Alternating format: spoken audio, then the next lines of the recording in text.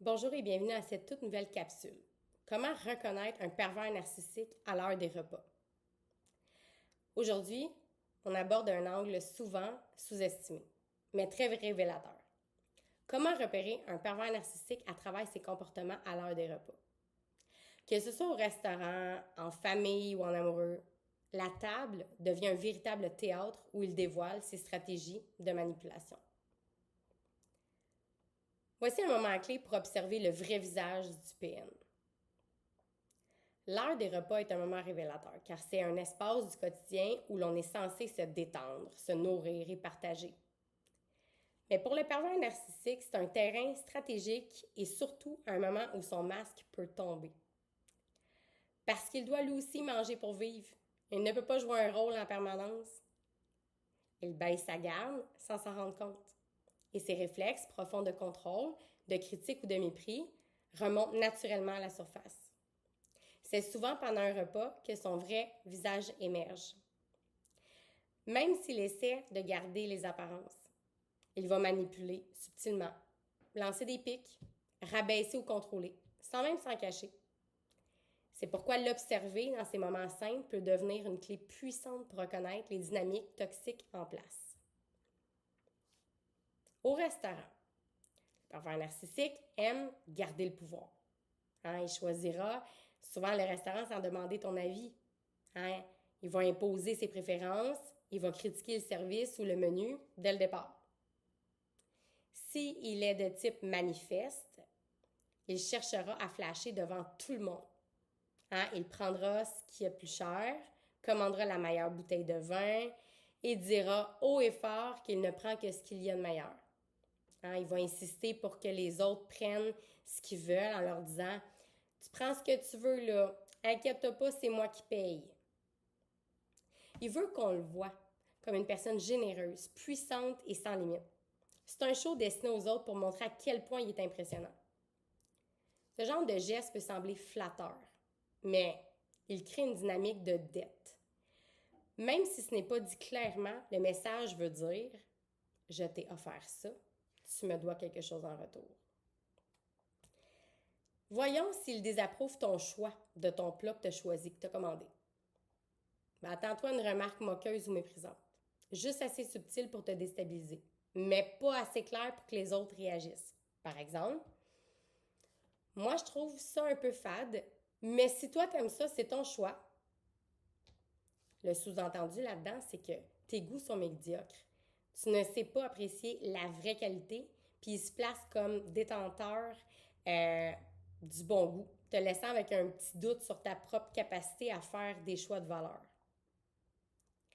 Ou bien, tu prends toujours ça dans les restos, hein? On dirait que t'aimes pas trop sortir de ta zone de confort. Le sous-entendu là-dedans, c'est que t'es plate, prévisible puis sans audace. Il minimise tes choix puis remet en question ta capacité à explorer, à évoluer et à être intéressante. Il te compare silencieusement à un idéal plus libre, plus audacieux, comme, mettons, lui-même. Dans tous les cas, là, ces phrases sont construites pour te faire sentir inférieur sans que personne d'autre ne le remarque, vraiment. C'est ce qu'on appelle une forme de gaslighting social et doux.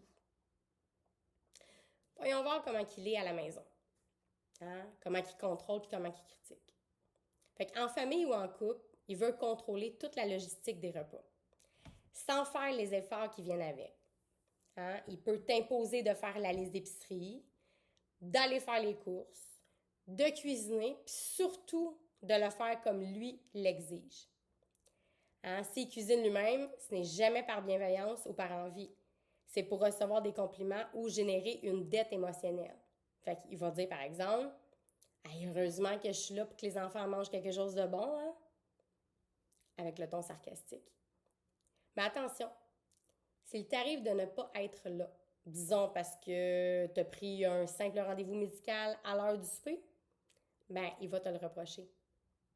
À cause de toi, j'ai dû cuisiner. Madame a décidé d'aller chez le médecin à l'heure du souper. Moi, je travaille. J'ai pas le temps de faire ta job. La prochaine fois, là, si tu n'amènes pas les enfants avec toi, eh bien, ce sera de ta faute s'ils mangent pas. Cuisiner devient pour lui une arme, pas un acte d'amour. Il ne cherche pas à aider, mais à te faire culpabiliser pour que tu redoubles d'efforts la prochaine fois et que tu n'oses plus jamais t'absenter à l'heure des repas. Je vais te donner un exemple complet, là, où tu t'occupes de tout, mais vraiment de tout de A à Z, puis c'est jamais assez. OK? On va prendre un scénario. C'est toi qui fais la liste d'épicerie, mais pas selon tes envies, selon ce que lui t'a dit qu'il voulait manger cette semaine. Fait que tu prends le temps de tout noter. Hein? Tu pars faire les courses, tu fais plein de magasins, tu choisis ce qu'il faut, tu portes une attention particulière à ses besoins. Une fois à la maison, ben c'est pas correct. Il te reproche de t'être trompé. Ce n'est pas la bonne marque. Ce n'est pas ça que je t'ai demandé. Fait que tu te sens inadéquate. Encore une fois, tu n'as pas bien fait. Puis tu cuisines, tu y mets du cœur. Tu fais le repas avec soin, en pensant à ses goûts à lui. Tu fais attention à tout. Tu as tellement peur qu'il soit déçu que tu mets le paquet. Puis au moment de servir, il critique. Je croyais que le poulet, c'était pour demain. C'est un peu trop cuit.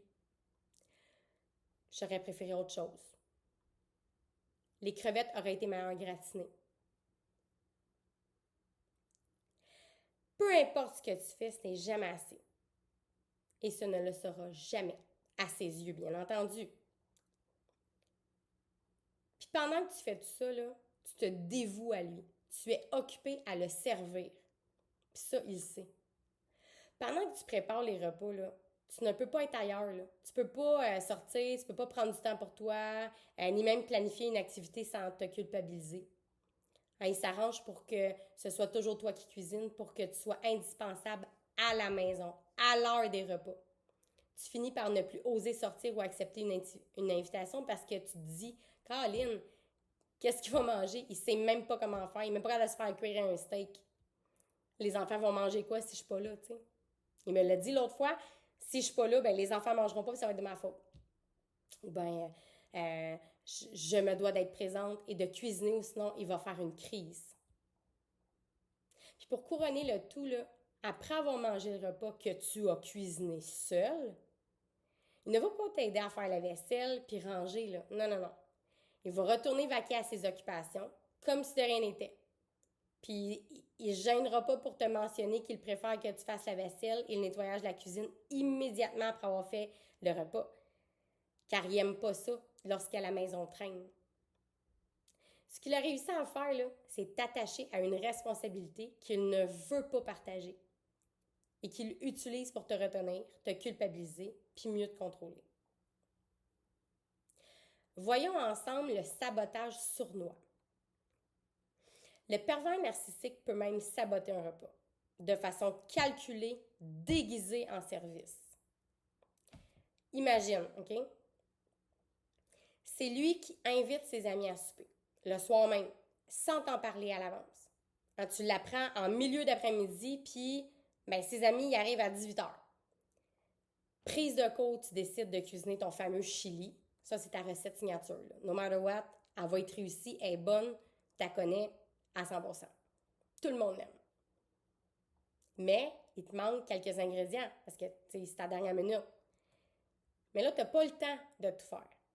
OK? Parce que là, tu prépares le repas, faut que tu nettoies la maison, faut que tu mettes la table et tout. Là. Soudainement, il se porte donc volontaire pour aller à l'épicerie. Fait que là, t'es contente, tu sauves la vie un peu. Fait que tu lui précises très clairement ce que tu as besoin. Hein? Fait que là, tu dresses la liste, puis tu écris aussi, là. Des haricots rouges en conserve, 2 boîtes de bouillon de bœuf, une canne de pâte de tomate, du bœuf haché puis des oignons espagnols. Tu lui demandes d'y aller le plus tôt possible. Évidemment, il va y aller quand ça va lui tenter, soit après avoir terminé ses choses à lui. Fait qu'il revient à la dernière minute avec épicerie, un sac d'haricots secs, tu sais, ceux qui nécessitent des heures de trempage, là. Des oignons rouges, du porc haché, puis une seule boîte de bouillon, avec aucune pâte de tomate. Puis quand tu lui fais remarquer, il te lance un sourire charmant et te dit je suis vraiment désolée, tu sais, il y a des choses qu'il n'y avait pas à l'épicerie, j'ai pas tout trouvé, puis là, j'étais un petit peu pressée, fait que... Mais de toute façon, chérie, là, tu cuisines des merveilles avec rien. Ton repas va être parfait, comme toujours. Hein, il termine ça avec un petit bec dans le front, là. Autrement dit, il vient de te saboter. Mais c'est à toi de réparer les pots cassés. C'est toi qui es pris avec ça, là. Fait que toi, ben, tu actives tes skills, tu remplaces la pâte de tomate par du ketchup. Hein, tu ajoutes une tasse de café fort pour pallier le bouillon manquant. Tu utilises des oignons rouges, puis tu te dis que le porc, que ce soit du porc ou du bœuf, ben rendu là, ça va être correct. Puis pour les haricots, ben impossible de cuire à temps, fait que tu utilises donc une canne que tu avais là de fèves de lima. T'es stressé. Mais tu carbures à ce stress quand même. Hein? Tu sais gérer des urgences, surtout parce que tu as l'habitude de vivre dans cette pression constante avec lui. Puis le moment du souper arrive. Hein? Devant les invités, il va prendre un malin plaisir à vendre ta recette avec emphase, sachant très bien que ce n'est pas la version habituelle. Mais finalement, à la première bouchée, il va dire « Ah, il y a un goût que j'arrive pas à identifier. Vous trouvez pas, vous autres? » Fait que là, toi, tu te sens un petit peu obligé de te justifier puis de dire que c'est pas ta recette habituelle puis que tu as cuisiné à la dernière minute, mais que tu voulais faire de ton mieux, tu sais. Puis tu t'inquiètes aussi que les invités se sentent mal à l'aise, là. Après tout, c'est pas eux qui ont choisi d'être là à la dernière minute. Fait que, tu sais, tu pèses tes mots, tu sais. Mais voilà, ton talent prend le dessus, toi. Puis ton chili improvisé, réinventé est un succès. Les invités sont impressionnés, puis ils te félicitent, puis ils veulent ta recette, puis c'est donc ben bon, puis ils en veulent d'autres. Puis toi, ben, tu racontes l'anecdote, tu sais, en riant, là, tu souris, puis tu ris un peu de l'urgence. Tu sais, t'en fais un moment humain puis vrai, là, puis tu brilles dans tout ça, là. Puis enfin, on te reconnaît, puis tu te sens valorisé, puis ça, t'en as besoin. Parce que lui, il te le fait pas. Mais là, lui, là, il aime pas ça. Il aime pas que l'attention soit rivée sur toi. Alors, il va essayer de changer de sujet, de ramener la conversation à lui, ou de te piquer autrement plus tard. Il peut même s'attribuer tout le mérite en disant que c'est grâce à toi si ton chili est réinventé parce que c'est lui qui a choisi délibérément les ingrédients à l'épicerie. C'est lui qui va avoir coupé les légumes quand tu sais que c'est même pas vrai. Tu sais, c'est pas juste un oubli d'ingrédients, là. C'est pas de la distraction ni un malentendu, là. C'est un sabotage intentionnel, mais émotionnel puis calculé, soigneusement camouflé sous un geste d'aide. Hein? Il voulait t'aider. Fait qu'il te donne l'impression qu'il t'appuie, mais en réalité, il place les obstacles lui-même pour ensuite t'observer te débattre. C'est ça, la mécanique du pervers narcissique. Il te pousse à performer, à te surpasser, à sauver les apparences, pendant qu'il détruit discrètement ce que tu construis. Tu passes ton temps à prouver ta valeur, à démontrer que tu es capable, que tu peux y arriver malgré tout. Mais dans les coulisses, il s'arrange pour te fatiguer, te stresser, t'isoler puis t'épuiser. Puis quand tu réussis malgré tout, ben il te vole le moment. Il dévie l'attention, minimise ton exploit ou te lance une pique déguisée. Parce qu'il ne supporte pas, c'est de te voir briller. Il préfère que tu doutes, que tu t'excuses, que tu restes à ta place, celle qu'il a soigneusement dessinée pour toi. Voyons ensemble comment il contrôle les habitudes alimentaires. Le pervers narcissique peut aussi imposer ses choix alimentaires de manière insidieuse, jusqu'à faire de ton rapport à la nourriture un outil de contrôle psychologique. Hein, s'il est végétarien, ben tu vas devenir végétarienne par obligation, là. No choice. Il interdit certains aliments dans la maison, même s'ils font partie de ta culture ou de tes préférences, là. Ce n'est pas un compromis, c'est une règle.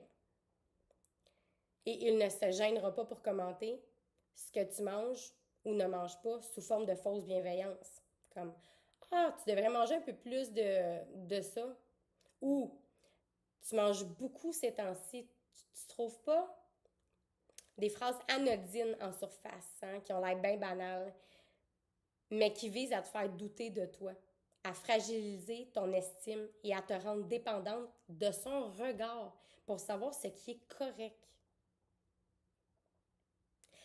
Puis l'argent dans tout ça, mettons là, si c'est toi qui payes l'épicerie, OK, vous faites portefeuille séparé, c'est toi qui payes l'épicerie, ben il va s'arranger pour que tu dépenses au maximum. Hein? Il exigera que tu n'achètes que des produits de qualité supérieure, hein, des produits bio, artisanaux, importés, sans jamais tenir compte de ton budget. Puis si tu oses acheter des produits plus accessibles, moins chers, hein, la marque no name, ben il va te faire sentir cheap, négligente ou pas à la hauteur. Puis ça, t'aimes pas ça. Mais si c'est lui qui contrôle l'argent, c'est l'inverse. Mettons, vous faites portefeuille ensemble, mais c'est lui qui contrôle, OK? Puis évidemment, tu travailles pas parce que tu es sous son emprise puis tu es dépendante à son argent, OK? Bien, ça va être l'inverse. Il va te donner le strict minimum pour faire les courses. Puis, il va te demander d'acheter des produits de qualité supérieure encore. Puis tu vas te retrouver à courir les aubaines, à rassembler les coupons, à faire plusieurs magasins. Tout ça pour répondre à des exigences irréalistes pendant que lui s'en lave les mains. Il te regarde faire puis il est comme, mon Dieu, qu'elle se démène. Il aime ça. Voyons ensemble la comparaison toxique. Pour ajouter à la pression, là, il valorisera la cuisine de sa mère ou de ses ex. Hey, ça fait mal. Là. Il va dire, ma mère faisait tout elle-même. Hein? Ma mère faisait ses bouillons, ses pâtes, sa pâte à tarte, ses confitures. Hein, c'était ça, une vraie femme de maison dans le temps. Maudit que j'aimais ma mère. Ou, mon ex faisait des marinades incroyables. Elle comptait pas son temps. Ou bien, mon ex savait comment m'avoir. Elle n'avait qu'à me faire de la nourriture que j'aime. Ces phrases-là là, sont faites pour te placer en compétition avec d'autres femmes réelles ou idéalistes et te faire sentir toujours insuffisant. Toujours en train de courir après une reconnaissance qui n'arrive jamais. Passons maintenant aux plaintes, dénigrement puis le masque social. Avec un pervers narcissique, là, rien n'est jamais assez bien. Hein, il se plaint du bruit, de la cuisson, de la température, de l'ambiance, de la présentation de l'assiette. Faut que ça serve son image. Sinon, même le meilleur des soupers va passer dans le beurre. Hein? Il est exigeant à l'extrême en privé, car cela lui permet de maintenir le contrôle et de garder sur toi dans un état d'insécurité constante. Il utilise les repas comme des moments pour rappeler qui domine et rabaisser subtilement les autres sous couvert d'humour ou de critiques constructives. Mais devant les autres, il change de ton. Il peut devenir presque trop reconnaissant, exagérément élogieux. Pourquoi? Parce que le pervers narcissique a besoin de protéger son image sociale. Il veut que les gens le perçoivent comme un homme charmant, respectueux, reconnaissant, alors qu'en privé, là, il est dur, il est insatisfait et il est dévalorisant. Ce contraste est voulu. Hein? Il te pousse à te remettre en question. Suis-je folle? C'est-tu moi qui est folle? Il est si gentil devant les autres. Ouais, c'est peut-être moi qui exagère ou qui ne voit pas ou qui ne voit que le négatif. Et c'est exactement le piège. Pendant que tu doutes de toi, lui, il continue à exercer son pouvoir en silence. Voyons les effets que ça a sur toi. À force, tu n'as plus faim. Tu marches sur des œufs. Tu doutes de toi. Puis tu fais tout pour éviter un conflit. Fait que les repas deviennent un champ de mine émotionnel. Tu n'es plus connecté à ta faim, à ton plaisir de manger, à ta créativité. En cuisine, tu es en mode survie. Puis c'est là que le danger est réel. La nourriture devient une source d'angoisse. Tu anticipes ses critiques. Tu t'auto-surveilles. Tu te restreins. Ou tu manges en cachette pour éviter les remarques déplaisantes. Ces violences psychologiques répétées peuvent entraîner des dérèglements alimentaires sérieux. hein? Une perte d'appétit, des compulsions, la honte autour de la nourriture, la dévalorisation de ton corps ou la rigidité excessive dans tes choix alimentaires. On s'entend, là. On mange plusieurs fois par jour. C'est pas un moment qu'on peut éviter, là. Puis chaque repas devient une opportunité pour lui de détruire ta confiance, de diminuer ton estime, puis d'affaiblir ton rapport à toi-même. C'est une forme de destruction lente qui s'insinue là, dans l'ordinaire quotidien des repas. Mais souviens-toi, un repas est censé être un moment de partage, de plaisir, de bienveillance, pas un terrain d'attaque. Si tu vis dans cette tension constante autour de la nourriture, là, c'est peut-être que ton corps te parle et qu'il est temps de l'écouter. Fait qu'en conclusion, la table ne ment pas. La table est un miroir. Elle révèle les jeux de pouvoir, les manipulations subtiles, les critiques déguisées et les humiliations voilées. Si tu te sens diminué, surveillé, constamment sur la défensive pendant un repas, ce n'est jamais banal. Ce sont peut-être les marques d'un pervers narcissique, bien ancrées dans ton quotidien. Et ce n'est pas seulement en couple. Observe autour de toi, là. Regarde comment se passent les repas chez tes amis, hein, ta famille. Comment est leur dynamique? Sur quel ton ils discutent ensemble? Questionne-les en privé. Hein, est-ce que c'est toujours comme ça quand vous êtes en compagnie d'invités et aussi lorsque tu es seul à la maison avec ton copain? Tu pourrais être surprise des réponses. Les red flags là, se manifestent très tôt puis souvent à la table. Lors d'un premier rendez-vous, d'un souper entre amis ou d'un brunch en famille. Observe attentivement. Ah, c'est qui a choisi le restaurant? C'est qui parle fort, là? Qui interrompt et critique subtilement? Qui prend soin de l'autre? Qui cherche à dominer? Qui demande une attention constante sur lui? Qui paye la facture et comment cette personne s'y prend? Parce que l'heure des repas, là, est l'un des rares moments où les masques tombent. On ne peut pas prétendre trop longtemps quand on a faim. Quand on mange, quand on partage un moment de base du quotidien, c'est souvent là que la vérité émerge. Alors écoute ton ressenti, là. Si tu ressors d'un repas tendu, confuse ou éteinte, vidé d'énergie, ce n'est pas juste un mauvais moment, c'est peut-être un signal d'alarme, puis il mérite d'être entendu. Ce n'est pas ce qu'il y a dans ton assiette qui t'épuise, c'est ce qu'il y a autour de la table.